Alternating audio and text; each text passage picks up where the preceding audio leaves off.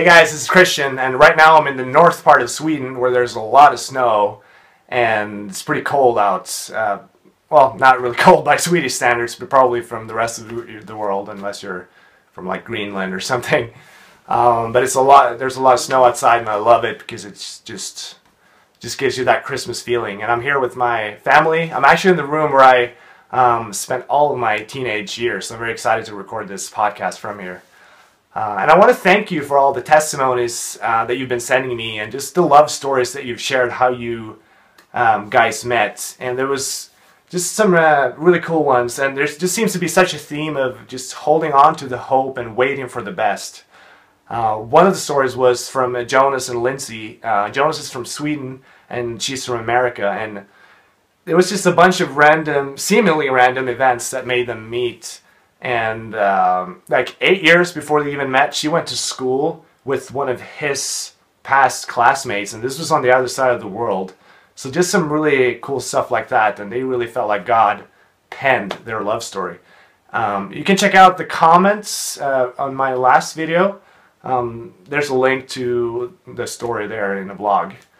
And Jonas said something really cool that I liked, and he said that notice that the small details happening right now can have a huge impact in your future when you see the puzzle more clear.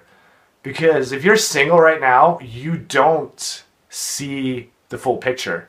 What you have right now is faith and a hope and trust in God. And that's really all that you need.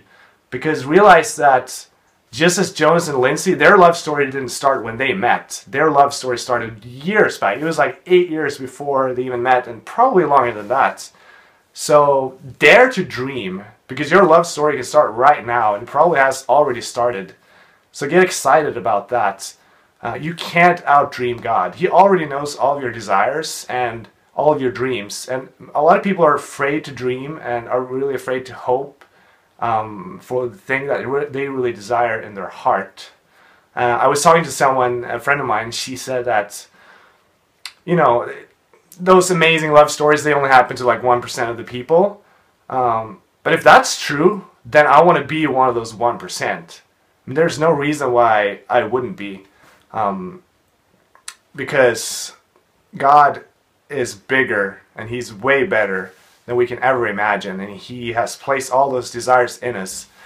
So the only time you're going to get the satisfaction of having your dreams fulfilled is when you actually dare to dream and share your desires. And it's a vulnerable thing because you risk disappointment. But just reading some of these love stories, like, man, it's so worth it. And I've read lots of love stories before, and I've talked to many people, and I just think that it's just such an encouragement to know that right now I can have hope. I can be excited about my future marriage. I don't have to feel, you know, bad about being single. And I'm not saying this as a married person. I'm still single, but I have a hope and I have big dreams for my future marriage. And I don't know what it's going to look like, but I know that God has it in His hand. And I don't need to hound Him to get my desires fulfilled. I just need to talk to Him and share them with Him and listen. It's one really cool thing is that when you're single and there's no one on the horizon, you're at a really unique place to start praying for your future spouse. Because as soon as you start having feelings for someone, it's really hard to hear, because you're going to filter everything through your emotions for that person. But if you don't have anyone on the horizon, then you can really hear from the Lord, I think, about your future marriage. Maybe there's something He wants to share with you. Maybe He wants you to pray for them, like something specific. Write it down. I know people that have done that, and they were amazed at what happened later on when they actually met their spouse. So get excited about your future marriage right now.